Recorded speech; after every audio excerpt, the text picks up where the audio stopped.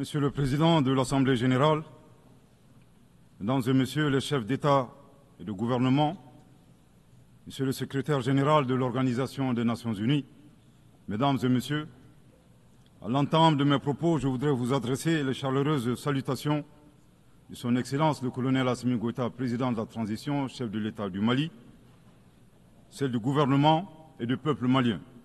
Je voudrais ensuite vous adresser, Monsieur le Président, les chaleureuses félicitations de la délégation malienne pour votre brillante élection à la présidence de la 79e session de l'Assemblée générale.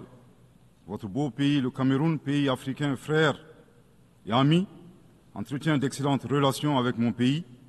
Vous pouvez compter sur le soutien total du Mali dans l'accomplissement réussi de votre mandat. Je saisis également cette occasion pour féliciter votre prédécesseur, l'ambassadeur Denis Francis de Trinidad et Tobago, pour la manière remarquable avec laquelle il a conduit les travaux de la 78e session de l'Assemblée générale. Enfin, permettez-moi de réitérer à Monsieur le secrétaire général de l'ONU, Monsieur Antonio Guterres, nos encouragements à poursuivre les efforts pour la réalisation des nobles objectifs de notre organisation commune. Monsieur le Président, le 26 juin 1945, en signant la Charte des Nations Unies à San Francisco, les peuples se sont résolument engagés, je cite, à préserver les générations futures du fléau de la guerre qui, 2 fois en l'espace d'une vie humaine, a infligé à l'humanité d'indicibles souffrances. Fin de citation. Aujourd'hui, l'occasion nous est offerte de nous prononcer sur le thème suivant, ne laisser personne de côté, agir ensemble pour la promotion de la paix, du développement durable et de la dignité humaine pour les générations présentes et futures. Le choix de ce thème qui intervient 79 ans après la signature de la Charte des Nations Unies est-il un pur hasard ou le résultat d'une construction mentale? Nous l'ignorons. Cependant, force est de constater malheureusement que se pose encore avec forte acuité la problématique de la préservation des générations, non seulement celle du futur, mais également la nôtre. Est-ce pour autant un échec des Nations Unies? Incontestablement, une évaluation objective avec des recommandations réalistes de notre système collectif serait salvatrice pour notre devenir.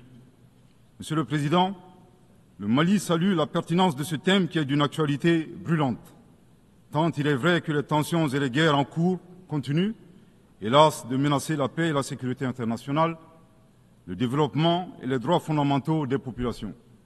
Cette remarque est celle d'un pays qui a connu depuis 2012 une crise multidimensionnelle complexe ayant entraîné la perte de plus de la moitié de son territoire et de nombreuses victimes innocentes, suite à une association à la fois incestueuse et opportuniste de groupes terroristes et de groupes armés. Monsieur le Président, le drame du Mali remonte à l'allégeance à Al-Qaïda du groupe salafiste pour la prédication et le combat, le GSPC algérien, le 11 septembre 2006, exacerbé par l'intervention militaire hasardeuse de l'OTAN en Libye en 2011.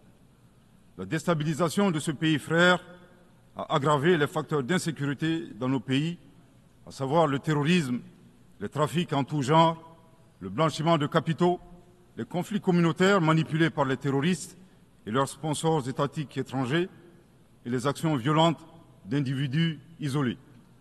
Pour leur part, les autorités maliennes, après avoir fait le constat de l'échec des forces internationales présentes sur le territoire national depuis 2013, ont décidé de reprendre leur destin en main. Ainsi, depuis le 7 juin 2021, après la prestation du serment de Son Excellence le colonel Assimi Goïta comme président de la transition chef de l'État, s'est ouvert un vaste chantier d'équipement et de réorganisation des forces de défense et de sécurité associé à un projet de refondation du Mali. Les Assises nationales de la refondation, lancées en décembre 2021, ont permis aux Maliens de procéder à un diagnostic exhaustif des causes de la crise, puis d'adopter 517 recommandations pertinentes. À ce sujet, après avoir vécu une insécurité imposée par l'état de nature, le constat concernant le Mali est effarant.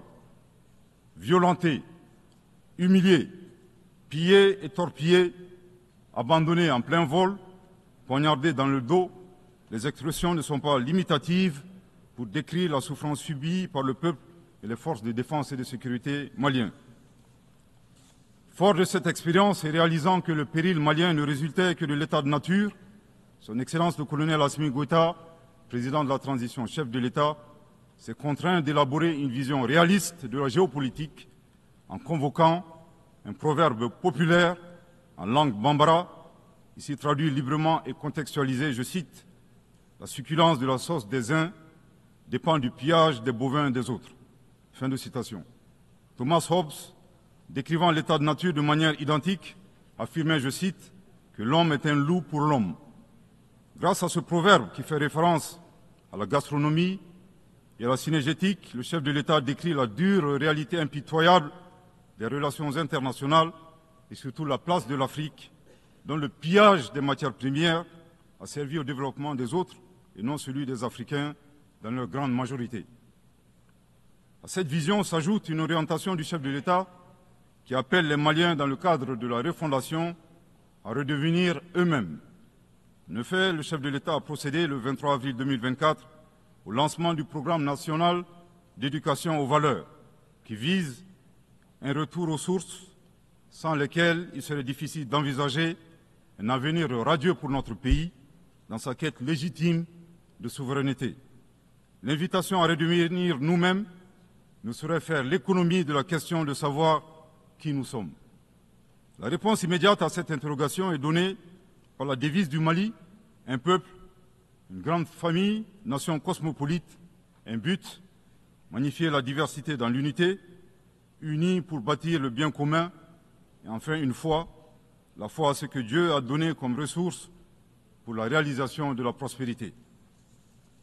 En vue de donner plus de relief à la définition du malien, le professeur Ibrahim Diaye, expert au sein du comité chargé de la mise en œuvre du programme national d'éducation aux valeurs, indique que le malien se caractérise d'une part par 5 valeurs cardinales, à savoir l'humanitude, l'empathie, l'obligation de transmettre les valeurs humaines aux générations futures, le sens de l'honneur, l'acceptation de la différence et de l'altérité au plan sociétal, humain et culturel, et d'autre part, 5 principes inviolables en lien avec le pays lui-même, à savoir un Mali indivisible, inaliénable, non hypothécable, nul ne peut en disposer comme propriété privée, impérissable. Monsieur le Président, en privilégiant d'être eux-mêmes, les Maliens créent une troisième voie, ne pas devenir des prédateurs, des barbares sans foi ni loi, à la recherche des bovins d'autrui, ne pas devenir les éternelles victimes impuissantes face à la prédation. La voie médiane promue par le Mali consiste à réaliser notre développement en empruntant un chemin plus vertueux. Veiller au respect de notre souveraineté tout en respectant celle des autres. Refuser l'hétéronomie tout en refusant de nous ingérer dans les affaires intérieures des autres. Être ouvert à tous les partenariats sur une base gagnant-gagnant. Aussi, il est important de relever que ces principes et valeurs caractérisent, mutatis mutandis, les peuples frères du Burkina Faso et de la République du Niger. Concernant le processus de transition politique au Mali, il convient de rappeler que, à l'issue des assises nationales de la refondation, le peuple malien a fait le choix de mener des réformes politiques avant d'organiser les élections, en vue d'ancrer profondément une gouvernance vertueuse. La mise en œuvre des recommandations des assises a permis d'engranger des résultats tangibles, notamment la mise en place de l'autorité indépendante de gestion des élections, l'adoption de la nouvelle constitution le 22 juillet 2023, suite à un référendum bien organisé, le parachèvement de la réorganisation territoriale et administrative, le renforcement de la lutte contre la corruption et la transparence de l'action publique, la relecture du code minier plus équitable et favorisant le contenu local. Monsieur le Président, soucieux de pérenniser l'unité nationale, fondement de tout développement, le chef de l'État a annoncé le 31 décembre 2023 la tenue du dialogue intermalien pour la paix et la réconciliation afin, dit-il, d'éliminer les racines des conflits communautaires et intercommunautaires dans le but ultime de réconcilier les communautés. Respectant une approche participative et inclusive, le dialogue intermalien qui s'est déroulé en 3 phases, communale, régionale et nationale, a permis aux Maliens de l'intérieur et de la diaspora d'échanger en toute transparence en vue de trouver des solutions endogènes de prévention, de gestion et de règlement des conflits. À la différence de l'accord pour la paix et la réconciliation issu du processus d'Alger, dont certains groupes signataires ont ouvertement basculé dans le terrorisme et qui était devenu un prétexte pour certains États de s'ingérer dans les affaires intérieures du Mali. Le dialogue intermalien a permis aux Maliens de laver leur linge sale en famille sans aucune interférence extérieure. Après la fin de l'accord d'Alger le 25 janvier 2024, aujourd'hui, le dialogue intermalien et ses recommandations officiellement remises au chef de l'État le 13 mai 2024 demeurent le seul cadre de règlement des conflits internes. Nous réitérons un appel à tous les Maliens à s'inscrire dans cette dynamique de réconciliation, une étape indispensable au retour à l'ordre constitutionnel apaisé et sécurisé grâce à l'organisation d'élections présidentielles. Sur le plan de la lutte contre l'insécurité, depuis que les forces de défense et de sécurité maliennes ont lancé des actions offensives de manière autonome, de nombreux succès ont été remportés sur le terrain de la lutte contre le terrorisme. Toutes les régions ont été reprises des mains des groupes terroristes, notamment la région de Kidal, le 14 novembre 2023, à la suite d'une opération militaire mémorable. Aujourd'hui, les groupes terroristes ont été sérieusement affaiblis. Les forces de défense et de sécurité sont déployées sur l'ensemble du territoire national. En outre, les actions offensives de nos forces se poursuivent pour démanteler les réseaux terroristes résiduels. Le gouvernement du Mali reste conscient que la réponse uniquement sécuritaire a ses limites. C'est la raison pour laquelle, en appui à l'action militaire, le gouvernement du Mali s'est doté d'une stratégie globale et intégrée ayant pour objectif la restauration de l'autorité de l'État sur l'ensemble du territoire national. Elle comprend des mesures politiques, administratives, de développement économique et social, y compris le dialogue avec les groupes armés et la fourniture des services sociaux de base à nos braves populations. En dépit de ces résultats fort appréciables, ces groupes criminels gardent encore une certaine capacité de nuisance dans leur tentative désespérée de porter atteinte à notre intégrité territoriale et de terroriser nos populations. Avec, et je me dois de le déplorer du haut de cette tribune, le soutien de sponsors étatiques étrangers. Les sponsors étatiques étrangers. Après des années de dénonciation de ces acteurs étatiques qui soutiennent le terrorisme international, les autorités ukrainiennes ont violé ouvertement et de manière inédite la Charte des Nations Unies ainsi que les conventions et résolutions pertinentes des Nations Unies relatives à la prévention et à la lutte contre le terrorisme. Lorsque des officiels de ce pays, ayant confondu la scène internationale et la scène de théâtre, ont avoué la participation active de leur pays à la lâche attaque terroriste ayant visé une patrouille des forces de défense et de sécurité du 24 au 26 juillet 2024 à Tinzaouatin dans la région de Kidal.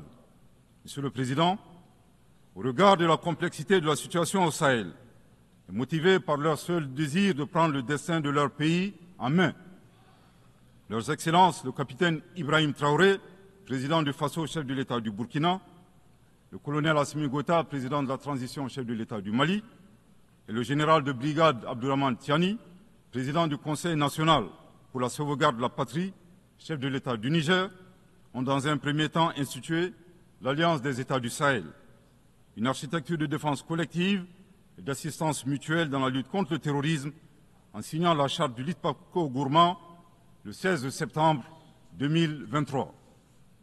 10 mois plus tard, précisément le 6 juillet 2024, les pères fondateurs de l'AES ont souverainement décidé de transformer ce mécanisme en une confédération centrée sur 3 axes: la diplomatie, la défense et le développement, avant de parvenir à terme à une fédération.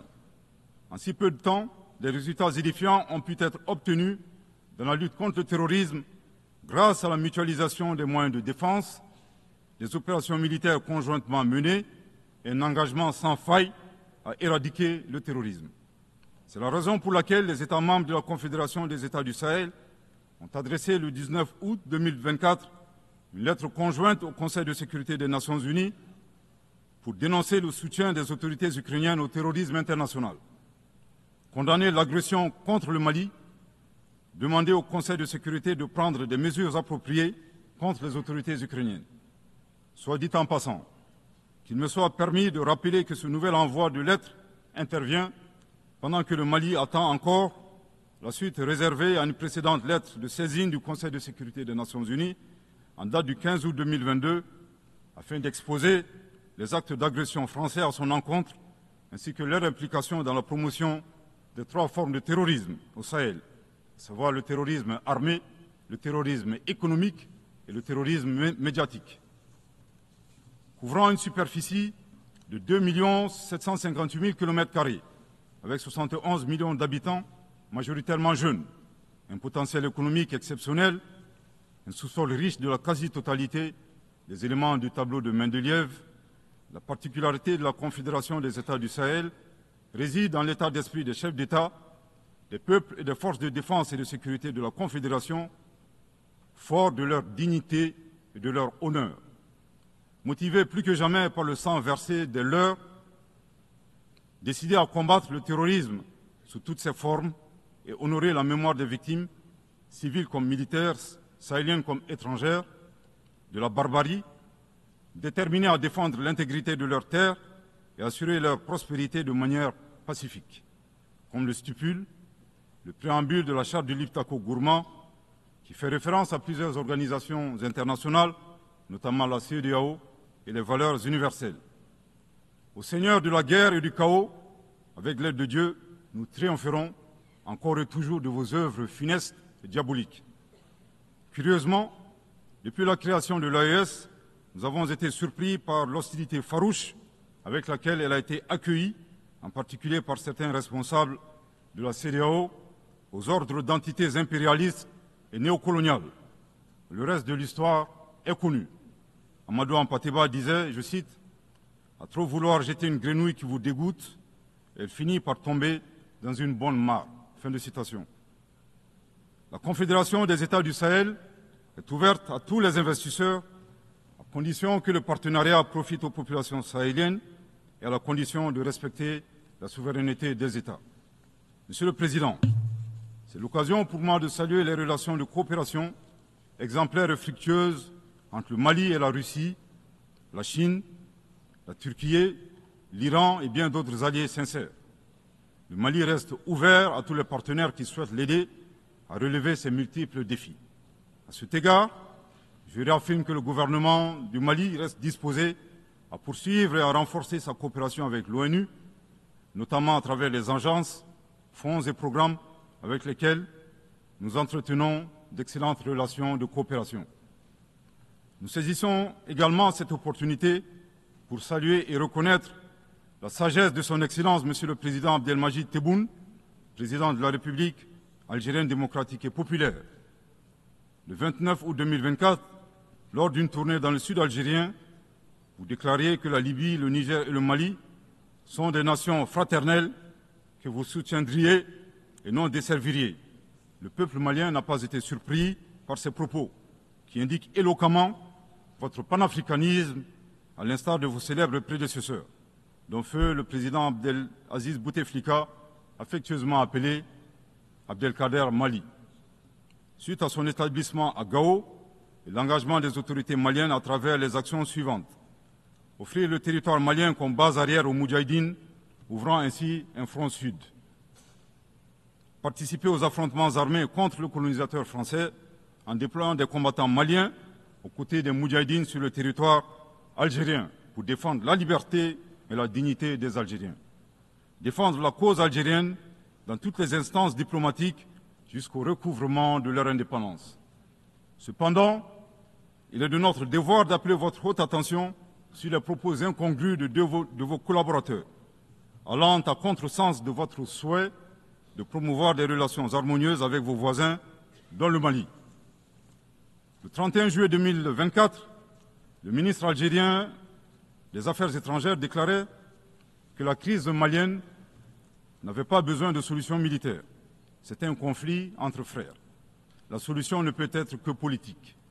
Au sujet de l'accord d'Alger, il a affirmé qu'il avait été bénéfique pour le Mali et avait préservé la souveraineté et l'intégrité territoriale du Mali. S'en départir par conséquent aura un impact négatif sur tous les acquis. En outre, le 26 août 2024, votre représentant permanent auprès des Nations Unies a déclaré, je cite, « Ce matin, j'ai appris par les médias qu'un drone a effectué une frappe dans le nord du Mali, tuant une vingtaine de civils. Ceux qui appuient sur la manette de ce drone n'ont de compte à rendre à personne sur ces frappes. » Fin de citation. De l'analyse des propos du premier, nous constatons une grave ingérence dans les affaires intérieures du Mali.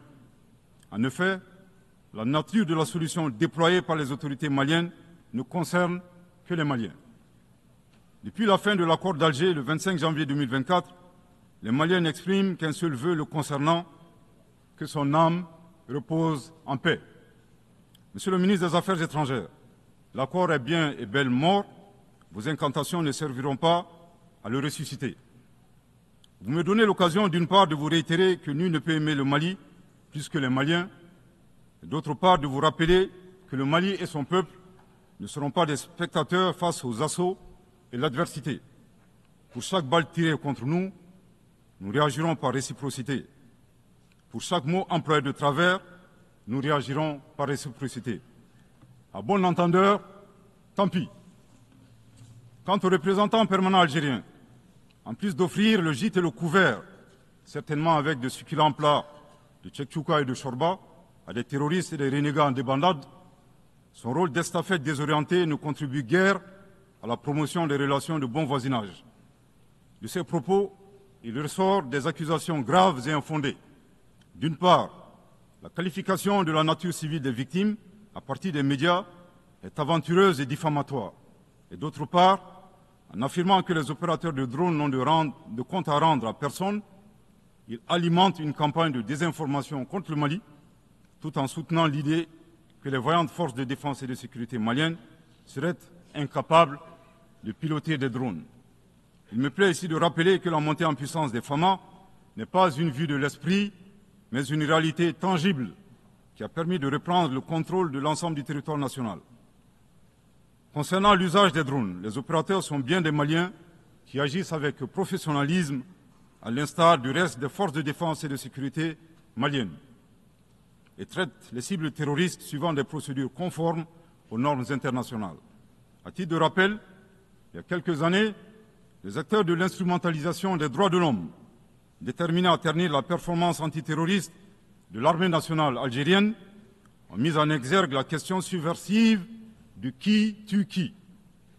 Aujourd'hui, nous sommes troublés que le représentant permanent algérien ait rejoint la tendance manipulatrice des droits de l'homme pour s'attaquer à l'armée malienne. Le Mali exige de ces deux énergumènes diplomatiques qui cessent d'entrer dans l'histoire à reculons.